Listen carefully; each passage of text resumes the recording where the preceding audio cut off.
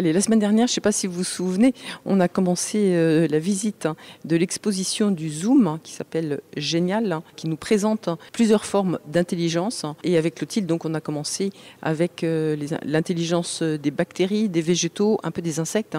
Et puis là, on va rentrer dans une intelligence que l'on a l'impression de mieux maîtriser, c'est pas forcément sûr, avec l'intelligence animale. Alors Clotilde, on vous retrouve, merci d'être là à nouveau. L'intelligence animale, qu'est-ce qu'on peut en dire? Alors juste, je me permets de revenir sur quelque chose parce que c'est souvent quelque chose que je constate chez les plus jeunes. Les insectes font bien partie des animaux, je me sens obligée de leur dire parce que non, mais vous avez c'est vrai que souvent on a un peu on différencie insectes et animaux, et même les êtres humains, on a tendance à oublier qu'ils font partie des animaux, en tout cas du règne animal. Enfin voilà. Mais en tout cas, plein de choses. On est dans la même galère tous. Oui, c'est un peu ça. En tout cas, ce qui est sûr, c'est qu'on découvre tous les jours des capacités incroyables dans le règne animal, auprès des insectes, mais aussi auprès des mammifères, des oiseaux, des mollusques. Chaque animal a sa forme, on pourrait dire, d'intelligence, ou en tout cas des capacités cognitives. Alors, il y a des animaux sur lesquels on imagine assez volontiers qu'ils soient intelligents. Par exemple, je vois là, vous avez un cheval, alors pas un vrai cheval qui est présenté. Tout de suite, je démystifie l'affaire, mais là, c'est l'exemple du cheval qui savait compter. Qu'est-ce que c'est que cette expérience? Alors, c'est l'histoire de Hans, un cheval un peu malin, son propriétaire qui a voulu apprendre à son cheval à compter. Et il s'avérait qu'il arrivait à compter, donc lui il ne verbalisait pas, il ne disait pas 1 + 1 = 2 bien évidemment, mais ça pouvait être avec des gestes, avec les sabots. Et à compter, c'était même à calculer du coup. Oui, c'est ça, c'est un peu l'idée. Il pouvait apparemment compter, résoudre des énigmes, en tout cas ça a fait un peu le tour du monde et ils ont voulu en savoir un peu plus. Et ils ont voulu mettre ce cheval un petit peu à l'épreuve et savoir si son professeur ne trichait pas, est-ce qu'il était vraiment capable de compter. Et en fait, ils se sont rendus compte que c'était plus compliqué que ça, que le cheval ne savait pas forcément compter comme on l'entend nous en tant qu'être humain, ou savoir résoudre des énigmes, mais on l'observait avec son maître. Pourquoi on l'observait avec son maître? C'est parce que ils avaient aussi créé un lien très fort, émotionnel et de confiance, qu'on peut voir avec beaucoup d'animaux qu'on a autour de nous, nos animaux de compagnie. Il y a des vrais liens qui se créent. Peut-être qu'il n'était pas aussi intelligent comme certaines personnes pourraient imaginer, parce qu'il n'était pas capable de faire tout ce qu'on pensait qu'il serait capable de faire, mais est-ce que c'est bien important? En tout cas, il a réussi à créer un lien avec cette personne et à apprendre à faire des choses qu'il n'était pas capable de faire à la base avec cette personne. Donc c'est déjà suffisamment incroyable pour le soulever. Et là, on rentre aussi avec un élément dont peut-être on va dire que ça fait partie de l'intelligence. Je ne sais pas, c'est l'émotion. On parle souvent de l'intelligence du cœur, mais est-ce que c'est une notion très sociale et morale ou je ne sais quoi, ou est-ce que c'est une vraie notion scientifique? Au niveau alors c'est plutôt sur les intelligences humaines qu'on s'y est intéressé, mais en effet, on a tendance à dire aujourd'hui qu'il y a des intelligences qui sont multiples. Il n'y a pas une intelligence, mais plusieurs intelligences, et que l'intelligence émotionnelle en ferait partie, en effet. Notamment, on pourrait penser à l'empathie, la capacité d'empathie, alors que nous, on a en tant qu'être humain, mais que certains autres animaux seraient pourvus aussi. Donc la capacité à se projeter à la place de l'autre, de comprendre, de ressentir les émotions d'une autre personne, de comprendre aussi nos propres émotions quand elles arrivent. Et ça, oui, en tout cas, certaines personnes, et beaucoup plus de scientifiques aujourd'hui, pensent que ça fait partie des intelligences. L'intelligence émotionnelle, aussi importante que l'intelligence intellectuelle. Donc. Je commençais tout à l'heure en disant qu'on voyait le cheval là. Chez certains animaux, tels précisément le cheval, tous les animaux domestiques, on imagine assez volontiers qu'ils soient dotés d'une intelligence. Chez d'autres, c'est moins évident. Par exemple, je ne sais pas, moi, un mollusque, est-ce qu'il est doté d'une intelligence? Est-ce que la vache, on dit souvent que c'est pas très malin? Oui, souvent on a un petit peu du mal à voir ça chez certains animaux, notamment les animaux qu'on n'aime pas trop. Je sais pas, moi par exemple j'ai la phobie des araignées, j'ai du mal à me dire qu'elles sont intelligentes, mais je pense qu'elles ont aussi leur forme d'intelligence. Je me suis pas trop intéressée à elles, bizarrement. Mais vous leur accordez le bénéfice du doute? C'est ça, exactement. C'est honnête. Mais là, je vois par exemple sous mes yeux, il y a une pieuvre ou un poulpe. D'ailleurs, pieuvre et poulpe, c'est finalement la même chose, ça désigne la même chose. Je trouve que c'est un animal qui est fascinant, mais aussi tout effrayant. Oui, qui n'est vraiment pas beau en tout cas. Ouais, C'est subjectif. C'est très subjectif, mais en effet, je trouve que c'est un animal qui peut un petit peu perturber. Moi, ce côté très mou qui peut se faufiler partout, ça me met un peu mal à l'aise. Mais le poulpe a des capacités assez incroyables. Il est notamment capable de se camoufler dans son environnement. Il a des cellules sur sa peau qui peuvent lui permettre de changer de couleur. Ah, ça rappelle le caméléon? Ça rappelle le caméléon, mais ça ne va pas fonctionner de la même façon. Ou d'autres? Il y a certains animaux qui peuvent un peu changer leur aspect. Elle peut vraiment le faire. Je dis elle parce que la pieuvre. Donc elle est capable de chacune de ses cellules de sa peau de copier son environnement et même sa texture. Donc elle peut vraiment se donner, être capable de se transformer un peu en caillou, par exemple, si elle est au fond de l'eau ou en coraux, enfin en tout cas selon ce qu'elle se trouve. Ouais, elle est un peu sournoise en fait. Oui, c'est ça. En tout cas, elle est maligne pour se cacher et du coup, ça lui permet de chasser beaucoup plus facilement ou en tout cas de se protéger des prédateurs. Elle est capable d'apprendre aussi. Si on lui apprend à ouvrir un bocal pour essayer de récupérer de la nourriture à l'intérieur, donc cette expérience, elle a été menée notamment, je pense qu'elle a été notamment menée au Muséum d'Histoire naturelle de Paris, mais dans plusieurs endroits, ça a été fait. Donc elle est capable d'apprendre à ouvrir. Alors au début, ça va lui prendre du temps, bien évidemment, parce qu'elle n'a pas de bocaux dans son environnement naturel, mais elle va finir par comprendre à l'ouvrir et puis récupérer sa nourriture à l'intérieur. Au début, ça va lui prendre 2 heures et puis plus elle va répéter l'expérience et plus elle va aller vite. Donc, on voit bien qu'il y a un apprentissage et puis une efficacité. Comme nous, en fait, quand on apprend quelque chose, au début, on est un peu maladroit et puis on s'améliore. Et finalement, comme les toutes premières bactéries que l'on voyait la semaine dernière, qui ont réussi à se nourrir, en fait, là aussi, elle a juste déjoué un piège supplémentaire qu'on lui avait mis en fermant le bocal. Mais finalement, cette pieuvre a réussi à dompter son environnement. C'est ça, exactement. Et là, elle a réussi à faire ça. Et la petite chose à savoir, c'est qu'elles sont capables d'apprendre aussi par observation. Dans le sens où une pieuvre qui observe une autre pieuvre en train d'ouvrir un bocal, va savoir le faire beaucoup plus vite. Comme nous, quand les petits ils fonctionnent beaucoup par mimétisme, et bien pour d'autres animaux, c'est aussi pareil. C'est notamment le cas pour la pieuvre. En observant les autres pieuvres faire quelque chose, elles apprennent beaucoup plus vite. Si la première, ça lui avait pris 2 heures, par exemple, une pieuvre qui a observé cette pieuvre le faire va peut-être l'apprendre en 30 minutes parce qu'elle aura déjà vu sa congénère le faire. Donc ça, c'est assez incroyable. Après, malheureusement, comme on ne va quand même pas faire 3 émissions à suite, on va peut-être passer assez rapidement. Est-ce que vous voulez nous proposer là un autre exemple d'intelligence animale? Quand on réfléchit sur l'intelligence, souvent on se dit est-ce que ce ne serait pas lié au cerveau? Est-ce que ce ne serait pas lié au fait d'utiliser des outils? Et du coup, vous avez tout un tas de cerveaux d'animaux exposés. Ils appellent ça même des représentations. Donc en fait, ils ont des informations sur les cerveaux des différents animaux. Ils ont pu les refaire en 3D, en impression 3D. Et en fait, toute l'idée de montrer un petit peu ces cerveaux, c'est aussi souvent on accorde de l'importance à la taille du cerveau.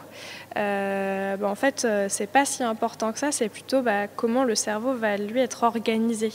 D'ailleurs, certains animaux n'ont pas de cerveau, mais vont avoir uniquement un système nerveux très développé. Donc nous, par exemple, chez l'être humain, on a notre cerveau qui va un petit peu être le chef d'orchestre de notre corps et on va avoir plein de nerfs partout, tout un système nerveux, donc on va dire périphérique, dans le reste de notre corps. Certains animaux n'ont pas forcément un cerveau aussi complexe que le nôtre, mais vont avoir aussi un petit chef d'orchestre, ou même parfois plusieurs chefs d'orchestre. Ils vont avoir un cerveau central et ce qu'on appelle des ganglions périphériques, mais qui sont un peu des mini-cerveaux. C'est le cas de la pieuvre dont on parlait juste avant. Elle a un cerveau principal dans sa tête et 8 autres cerveaux dans chacune de ses tentacules. Et qui font le relais du cerveau principal ou qui sont un peu autonomes? C'est qu'ils sont un peu autonomes, c'est ça, ils vont faire le relais, mais ils sont un peu autonomes, c'est-à-dire qu'une pieuvre, par exemple, elle va vraiment être capable de gérer, son mini-cerveau dans une de ses tentacules va pouvoir gérer sa tentacule. Donc ça va lui permettre de bouger sa tentacule de façon autonome, et en plus, ça va permettre d'avoir beaucoup plus de terminaisons nerveuses qui vont pouvoir être gérés un petit peu en décentralisé, et ce qui fait que notamment cet animal est très... c'est un peu la reine du toucher. Elle a un sens du toucher qui est très développé, donc c'est très certainement lié à cette importance de ce réseau de neurones et de cerveaux un peu secondaires qu'il y aurait. Est-ce que quand il y a plusieurs cerveaux comme ça peut donner des informations contradictoires? Ou comment est-ce qu'ils arrivent à s'organiser entre eux pour savoir s'il faut aller à droite ou s'il faut aller à gauche, ou si celui qu'on voit est un ami, mais s'il y a quelque chose à manger de l'autre côté, enfin bref.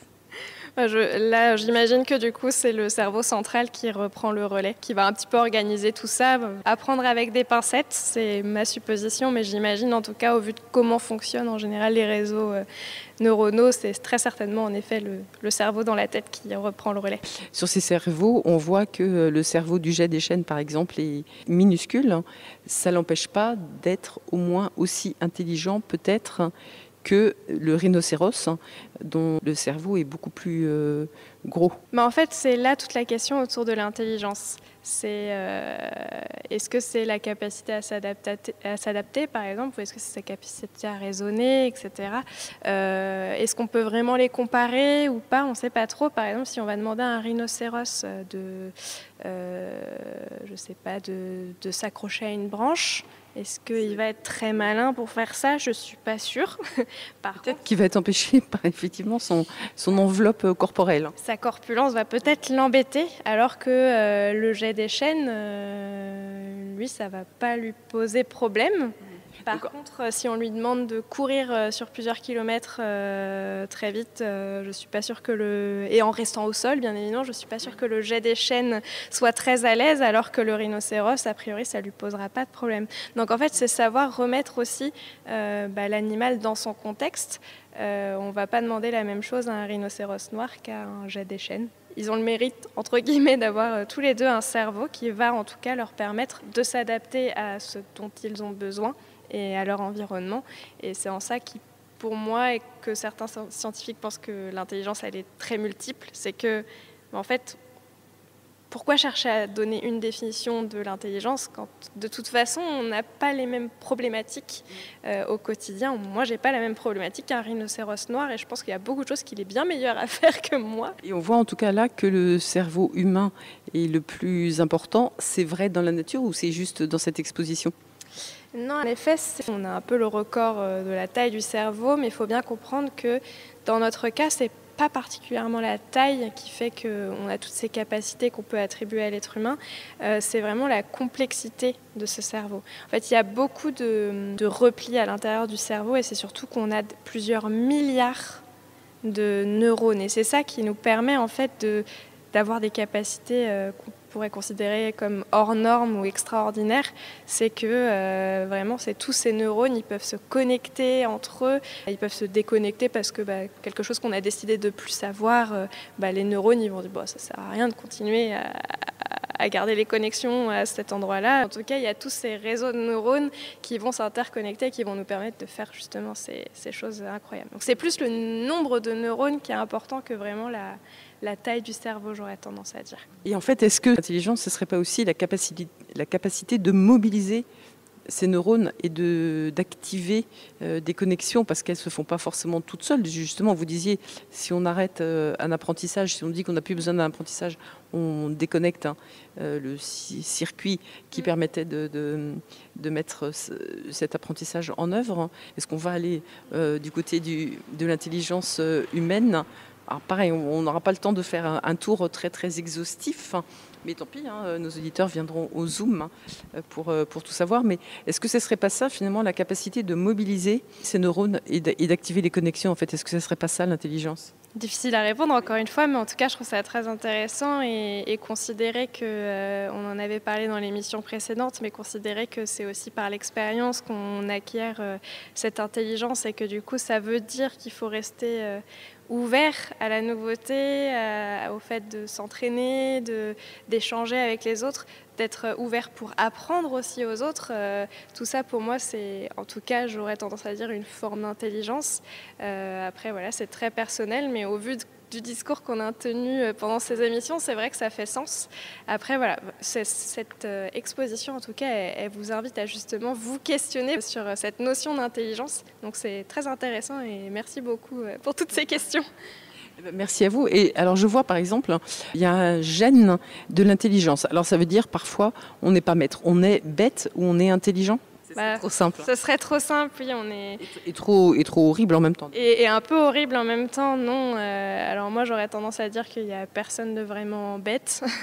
Pour rebondir sur cette question, il y a des personnes qui sont plutôt littéraires et d'autres plutôt matheuses. Alors est-ce que ça vient de ce gène, de ces gènes de l'intelligence qu'on aurait au départ, ou comment on explique ça? Alors il y a très certainement des gènes qui sont impliqués dans plein de façons de fonctionner. Notamment là il y en a un qui est présenté dans l'exposition qui s'appelle le gène FOXP2. Bon, voilà, qui serait du coup impliqué dans l'acquisition du langage et du coup d'apprendre à écrire, à calculer, à la technique. Donc voilà, donc ce serait un gène qui serait impliqué dans l'acquisition du langage. Donc probablement si on a un problème sur ce gène-là, un problème génétique, peut-être qu'on va avoir plus de difficultés à acquérir le langage. Donc il y a sûrement d'autres gènes, mais on ne les connaît pas encore. Mais ce qui est sûr, c'est qu'il y a d'autres théories qui ont été élaborées. Donc à une époque, on parlait beaucoup du QI et un petit peu d'une forme d'intelligence universelle liée à l'intellect. Aujourd'hui, on s'appuie plutôt sur la théorie de Howard Gardner, alors c'est aussi discuté, mais qui présenterait plutôt 8 modèles d'intelligence. Et là, Fini les tests de quotient intellectuel pour dire oui c'est bon, on est très intelligent, comme par exemple on se réfère souvent à ça pour Einstein par exemple ou certains grands scientifiques. C'est ça en fait, le problème du QI c'est qu'il est loin d'être universel. Il est parti d'une bonne intention de base quand il a été développé, c'était justement pour venir en aide de personnes qui avaient du mal à l'école, surtout des enfants qu'on avait un peu tendance à considérer en tout cas en difficulté. Ils ont mis en place ce QI pour essayer de comprendre d'où ça venait et comment pouvoir les aider, ces enfants, à développer leurs compétences intellectuelles. Alors faut se dire que là on entend beaucoup mathématiques, lecture derrière cette idée. Et en fait le QI, il teste finalement que 2 choses, enfin c'est déjà beaucoup, mais il va tester nos connaissances, donc nos connaissances brutes, avec des questions de connaissances qu'on pourrait parler de culture générale, et également notre capacité à raisonner, donc résoudre des énigmes, faire des calculs, ce genre de choses. Dans l'abstrait. Un peu plus dans l'abstrait, c'est pour ça qu'on parle d'intellect cristallisé pour les connaissances et d'intellect fluide pour la partie raisonnée. C'est qu'en fait, réussir à analyser des choses qu'on a autour de nous et d'en déduire quelque chose. Donc c'est très limité en fait. C'est vraiment que 2 aspects qu'on ne va pas forcément rencontrer chez tous les êtres humains parce que peut-être qu'une personne très isolée ne va pas forcément passer du temps à résoudre des énigmes, mais par contre, elle a passé toute sa vie à faire de la musique, imaginons, hein, c'est vraiment un exemple très bateau et peut-être très cliché aussi, mais a passé son temps à faire de la musique et à développer une intelligence musicale énorme, peut-être une oreille absolue ou relative. En tout cas, cette personne, elle est très compétente en musique et va peut-être faire rêver des milliards de personnes. Donc pour moi, on pourrait dire qu'elle est intelligente à sa manière, mais par contre, si on lui pose des questions de culture générale et de résoudre des énigmes, peut-être que cette personne, elle en sera incapable. Et est-ce que c'est bien grave si son objectif dans sa vie, c'est de faire vibrer les gens au travers de sa musique et qu'elle a développé d'autres compétences comme de l'intelligence émotionnelle forte, donc être capable d'interagir avec les autres de façon très forte et se connecter à eux. Là, pardon, Clotilde, je vous interromps parce que ça me fait penser effectivement à ce qu'on disait sur les termites et aussi les fourmis. En fait, c'est qu'une communauté ou une colonie, là, suivant votre terme, c'est aussi un ensemble de personnes qui ont des compétences différentes et qui les mettent au service de la colonie pour le bien de tout le monde en fait. Et on n'est pas tous obligés d'avoir tous les mêmes compétences. C'est ça exactement et c'est tout l'intérêt, surtout que justement nous sommes des animaux sociaux et on a besoin de vivre ensemble pour survivre. En fait, on a besoin d'être ensemble. Il y a certaines personnes qui vont être plus solitaires que d'autres et il n'y a aucun problème. Mais oui, on est un collectif. L'homme est un animal social. C'est ça, est un animal social. Donc oui, on a besoin de vivre ensemble et toutes nos compétences vont venir se compléter et c'est ça qui est génial. Et autant développer ses propres d'autres intelligences, voilà, plutôt que de vouloir se forcer absolument. Alors c'est important de travailler un petit peu toutes les intelligences, mais Pour activer les connexions. c'est ça, pour activer les connexions, faire travailler notre cerveau. C'est très bien de s'intéresser un peu à tout, mais voilà, si on se découvre qu'on est très fort dans un domaine et qu'on aime ce domaine, autant y aller et ça va être compatible avec le reste des personnes. On n'a pas besoin d'être tous et toutes les mêmes. Moi, je trouve que c'est la diversité qui fait l'intelligence, mais encore une fois, c'est mon avis personnel. Il ne manque pas d'intérêt, Clotilde, donc merci beaucoup. Juste pour terminer, quelques questions rapides. Les recherches sur l'intelligence et le cerveau humain se sont accélérées en fait ces dernières années. Est-ce qu'il y a vraiment 2-3 nouveautés qui sont intéressantes à mettre en avant ? On se questionne beaucoup aujourd'hui autour des troubles du développement, par exemple les personnes qui vont finalement avoir un développement qui est en dehors de la norme. On pense beaucoup aux troubles de l'autisme, par exemple. Il y a certaines personnes, on se rend compte qu'ils ne se développent pas de la même façon que nous, donc on a l'impression qu'ils sont... Encore une fois, on peut utiliser les guillemets moins intelligents parce qu'ils rentrent un petit peu moins dans les normes de la société, parce qu'ils se développent de façon très différente. Mais au vu de tout ce qu'on vient de dire, en fait, ils ont juste un développement au niveau interne de leur cerveau qui est différent de la majorité. Ils se questionnent justement sur pourquoi, d'où ça vient, pour justement aider ces personnes qui sont dans cette situation-là. Donc ça, je pense que c'est un sujet de recherche qui fait beaucoup parler de lui. En tout cas, c'est un sujet auquel je me suis pas mal penchée dernièrement, qui est très intéressant. Et en fait, c'est toutes les questions de génétique. Oui, là, on est sur vraiment essayer de comprendre pourquoi il y a des personnes qui ne rentrent pas dans la norme. Alors, est-ce que c'est bien, est-ce que c'est pas bien, mais en tout cas, ça permet aux personnes qui sont concernées de comprendre pourquoi elles fonctionnent comme ça. Et je pense et ça a l'air d'être important pour ces personnes-là, parce qu'elles sont tellement senties en dehors de la norme pendant très longtemps que de comprendre pourquoi dans leur cerveau il y a peut-être un gène ou quelque chose qui fait qu'ils fonctionnent comme ça, ça peut rassurer, j'imagine, pour ces personnes. En fait, alors là, c'est pareil, c'est peut-être un petit peu une réflexion qui n'a absolument rien de scientifique, mais je me dis, on ne s'étonne pas qu'il y ait des personnes blondes et des personnes brunes, mais on s'étonne qu'il y ait des personnes dont les gènes peut-être les font être très, très sociables et communicatifs, et puis d'autres dont les gènes leur fait être dans un monde différent. Est-ce que ce n'est pas l'humanité aussi qui a créé, alors je ne sais pas trop comment dire, mais enfin ce fait qu'on trouve que certains sont hors normes ? Là, on rentre vraiment dans des questions de société, en effet, et de stéréotypes, de choses qui sont attendues, qui sont codifiées comme étant dites normales, et je mets bien les guillemets. On est sur les questions de majorité, de minorité, et notamment sur ces questions de neurodéveloppement. Eh bien, on est majoritairement ce qu'on va dire de typique, neurotypique, et il y a quelques personnes qui vont être neuroatypiques, donc ils sont en minorité, donc on a l'impression qu'ils sont peut-être, on pourrait qualifier de bizarres, voilà, mais en fait, en effet, c'est juste une variation, comme il y a des blonds et des bruns, en effet, c'est une variation qui existe, qui n'est pas une anomalie, c'est la nature qui est comme ça, qui est très diverse. On a tendance à penser que c'est très binaire, que c'est très simple, mais non. La biologie, c'est vraiment très compliqué. La nature, elle s'en fiche de nos clichés, de nos stéréotypes. Elle est comme elle est. Et elle a le mérite d'être très diverse. Enfin, je pense qu'il faut s'intéresser à toute cette diversité et l'accepter. Oui, c'est ça, la regarder différemment, parce que Clotilde, je vais rebondir sur le terme anomalie. Et effectivement, ce qu'on considère comme une anomalie, c'est bien par rapport à nos codes, à nous, alors qu'en fait, oui, voilà, c'est juste une chose qui existe. Qui existe, qui est différente de ce qu'on a l'habitude de voir, mais qui existe. Et si elle existe, c'est qu'à un moment donné, dans la nature, ça s'est passé et peut-être que... peut-être que c'est pas une erreur. Peut-être que c'est pas une erreur et que c'était cette variation-là qui était la bonne ou pas. On ne sait pas en fait, on sait pas. Mais c'est une variation. Merci beaucoup Clotilde, parce qu'on a un petit peu débordé d'abord du temps que nous avions prévu. Mais merci beaucoup parce que vous nous avez permis de... visiter cette exposition du Zoom donc sur les intelligences de façon très agréable, et puis on a pu échanger et aborder d'autres questions très intéressantes et qui vont nous faire réfléchir et qui vont nous faire utiliser les connexions de notre cerveau, puisque finalement, on est un peu d'accord pour dire que c'est ça l'intelligence, c'est savoir utiliser ce qu'on a à notre disposition.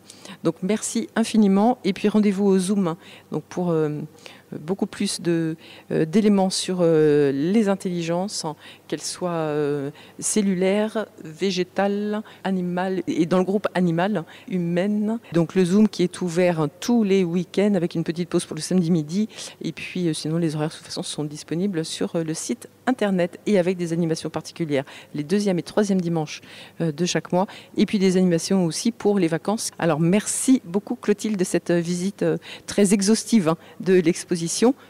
Génial au Zoom, merci. Merci beaucoup.